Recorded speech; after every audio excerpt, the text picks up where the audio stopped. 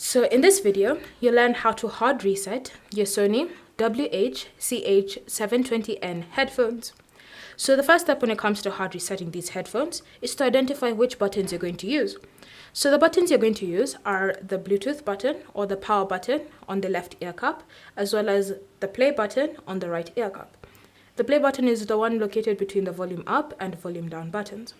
So once you've identified the buttons that you're going to use, the next step is to prepare it to put it in to hard reset it.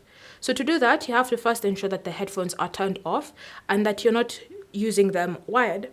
So go ahead and just turn off the headphones or disconnect them from your phone if you're using them wired.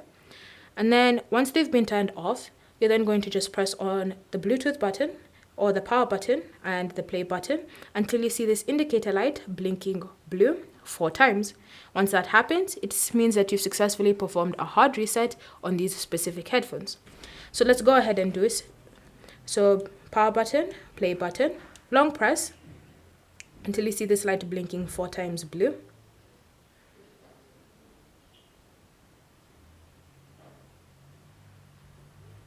And then once that's happened, it means that you've successfully hard reset this specific set of headphones. So any issues that you had been previously experiencing should be fixed after performing that hard reset.